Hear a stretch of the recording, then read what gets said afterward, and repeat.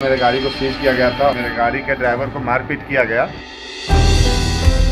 मेरे गाड़ी को इसी यार्ड में लाया गया है। जीपीएस का लॉक तोड़ के चलता फिरता जो गाड़ी था वो एक्सीडेंट में खड़ा है। रोड पे रात काट रहे हैं और रोड पे ही सो रहे हैं, रोड पे ही खा रहे हैं और अपने गाड़ी के लिए हम ही तड़प रहे हैं। इस गाड़ी का 15 लाख रुपया कर्जा मेरे माथा पे। मेरे पास एक ही ऑप्शन है। किस्तों पर उठाई गाड़ी लेकिन पड़ गई भारी, एड़ियां तक रगड़ दी ड्राइवर ने लेकिन हाल बुरा। जी हां, अभी तक नहीं मिला कोई समाधान। जी हां, ऐसा ही हुआ बिहार के एक ड्राइवर के साथ। क्या क्या हुआ, कैसे हुआ, जानेंगे आज के प्रोग्राम लॉरी में।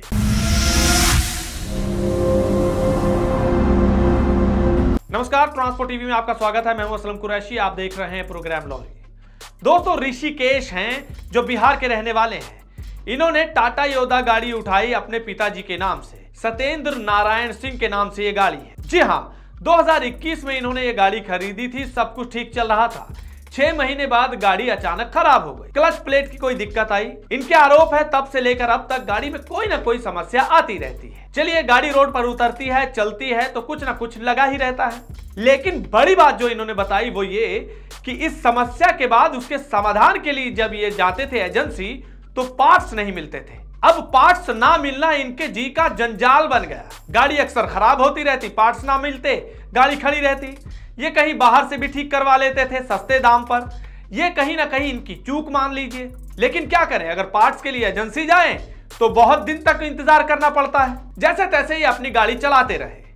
आखिरकार मई 2023 आया और यहां तक आते आते इनकी 2 किस्तें टूट गई। जी हां, 57 किस्तों पे इन्होंने ये गाड़ी उठाई थी। 19,952 रुपए इनकी किस्त जाती थी। लेकिन मई तक इनकी 2 किस्तें टूट गई और मई में इनके गाड़ी में इंजन माउंट की समस्या आ गई। अब उसका पार्ट्स ढूंढते ढूंढते इनके 2 महीने निकल गए। 2 किस्त पहले टूटी हुई थी और किस्तें टूट गई। इस तरह से इनके ऊपर किस्तों का बोझ बढ़ता गया। अब गाड़ी चल नहीं रही थी, करें क्या। इनके ऊपर 6 किस्तें पेंडिंग हो गई। अब इनको फाइनेंस वालों की भी कॉल आने लग गई। टाटा फाइनेंस मोटर से इन्होंने फाइनेंस करवा रखा था। अब ये डर के मारे भी गाड़ी नहीं चला रहे थे कि कहीं गाड़ी पकड़ी ना जाए। पहले पेमेंट का इंतजाम कर दूं। तो सबसे पहले इन्होंने पेमेंट का इंतजाम किया। 80,000 रुपए इन्होंने फाइनेंस वालों को दे दिए। 6 अक्टूबर 2023 को इनके पास इंतजाम हो पाया तो इन्होंने पैसे चुकाए। मैनेजर से बात करके इन्होंने गाड़ी रोड पर निकाल दी। अब गाड़ी रोड पर निकली तो कुछ दिनों बाद गाड़ी सीज कर ली गई। इनका कहना है कि पटना से ये निकले थे माल लेकर, गाड़ी पर माल लदा हुआ था, मोतिहारी में गाड़ी सीज कर ली गई। सोचिए, माल समेत गाड़ी और सीज कर ली गई। मैनेजर से बात करके निकले थे ये, तब भी यह हाल हुआ है। अब इनकी समस्या और बढ़ गई कि भैया पैसे भी गए, गाड़ी भी गई। इतने महीने तक पहले ही गाड़ी नहीं चलाई, सोच सकते हैं कैसे खर्चा निकल रहा होगा। एक तरह से तो बेरोजगार हो गए होंगे ये। लेकिन अब गाड़ी भी सीज कर ली गई।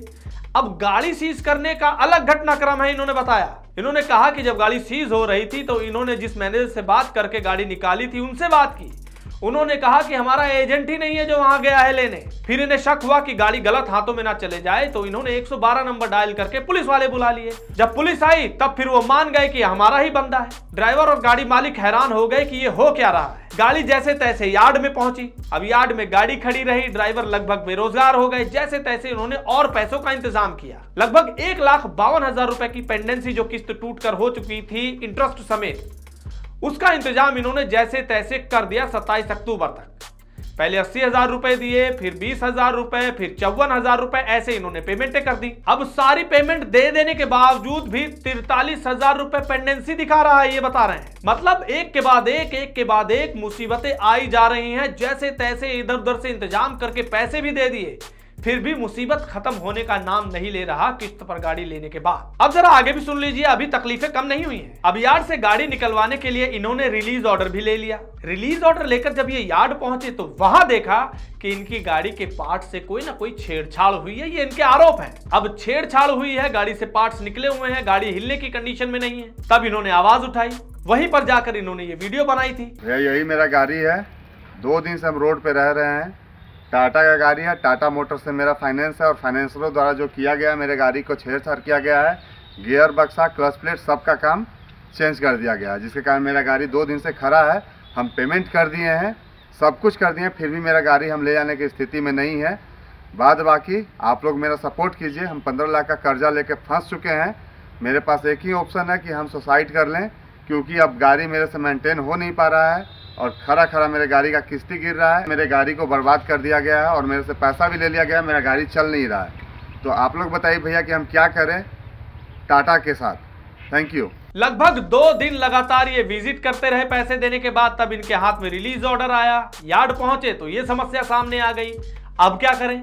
यानी कि ट्रांसपोर्ट जगत से जुड़े लोगों के लिए समस्या खड़ी ही रहती है, हमेशा मुसीबतों का पहाड़ बना रहता है। अब ये यार्ड से जैसे तैसे पहुंचे, यहाँ वहां हाथ पैर मार रहे थे, फाइनेंस मैनेजर से बात की, वहां समाधान नहीं हुआ तो ये ऊपर गए, पटना के हेड ऑफिस पहुंच गए। वहां पर इन्होंने बताया कि नितेश जी से इनकी बात हुई। नितेश जी से जब इनकी बात हुई तो इनका कहना है कि उन्होंने तो साफ साफ हाथ खड़े कर दिए कि भैया जैसे मर्जी समझो, आप यार्ड वाले से समझो, इसमें मुझे कुछ लेना देना नहीं है। हम तक बात पहुंची, हमने पूरी समस्या सुनी। उसके बाद हमने नितेश जी को कॉल की। नितेश जी से हमारी बात हुई, हमने उन्हें पूरी गाड़ी की डिटेल बताई तो उनका साफ साफ कहना था कि मेरे पास तो कोई ऐसा कस्टमर आया ही नहीं।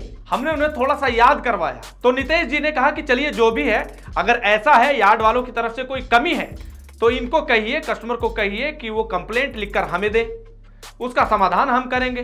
मतलब पहले तो ना कर दी, बात ही नहीं हुई। उसके बाद ये कहा गया चलिए समस्या का समाधान दिलाने की कोशिश है।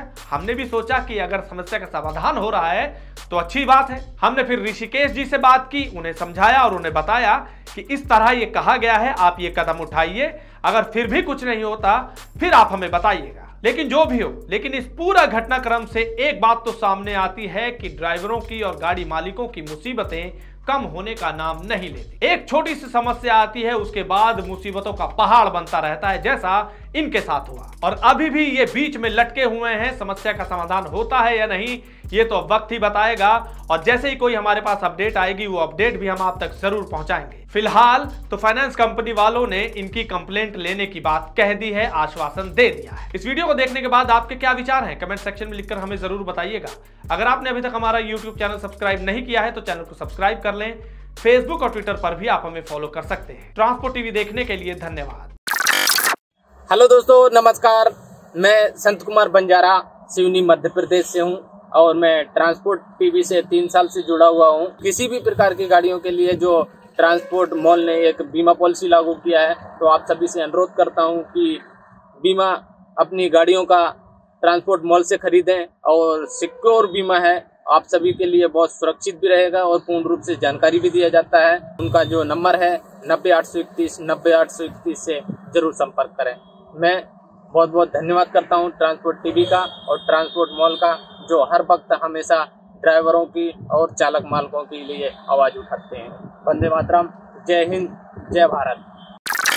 तो बीमा के लिए व्हाट्सएप करें गाड़ियों के नंबर 90-831 90-831 पर। आप भरोसा कर सकते हैं हम पर।